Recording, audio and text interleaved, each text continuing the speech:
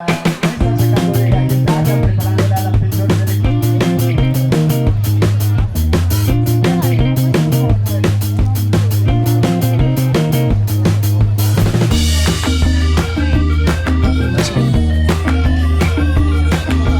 Guarda che meraviglioso, no? Sì, l'importante è che i percorsi siano E l'applauso sono loro!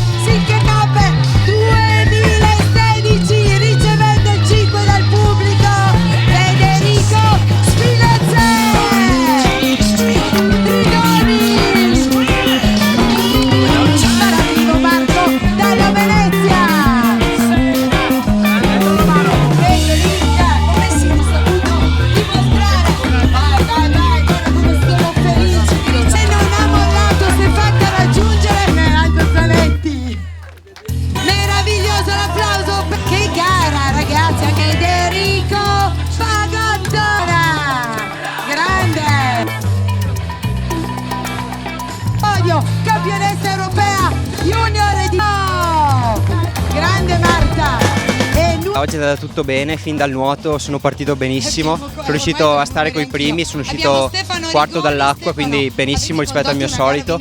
Poi in bici abbiamo spinto veramente forte perché avevamo paura che Cigana rientrasse, però siamo riusciti veramente ad andare fortissimo e abbiamo impedito il suo rientro. Poi ce la siamo giocata a piedi, dove io stavo veramente bene, pensavo che gli altri ne avessero di più di me, però sono stato davanti, ho tirato la frazione e poi quando mancava un chilometro ho dato lo strappo decisivo e sono andato. Ero un po' teso prima della gara perché una gara in casa è sempre molto importante, organizzata dalla propria società, però quando sono partito ero veramente carico, avevo tante energie e sono riuscito a dar tutto veramente. Mi ha passato a Casadei e mi sono quasi attaccata, ce lo vedevo sempre lì che mi ha dato il ritmo, mi ha portato praticamente fino all'arrivo, mi ha dato quell'energia in più per arrivare alla vittoria.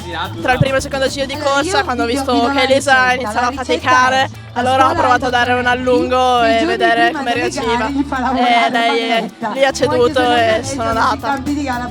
Percorso bellissimo, io in questo luogo non c'ero mai stata e sono venuta con la famiglia in camper, per cui è stata anche una piccola vacanza per noi, percorso ciclistico assolutamente chiuso al traffico, ben sorvegliato, anche il percorso podistico molto, molto ben segnalato, tutto perfetto come d'altronde nella mia esperienza di tanti anni di gare so che Aldo Zanetti è molto molto bravo e molto rigoroso nell'organizzazione delle sue gare.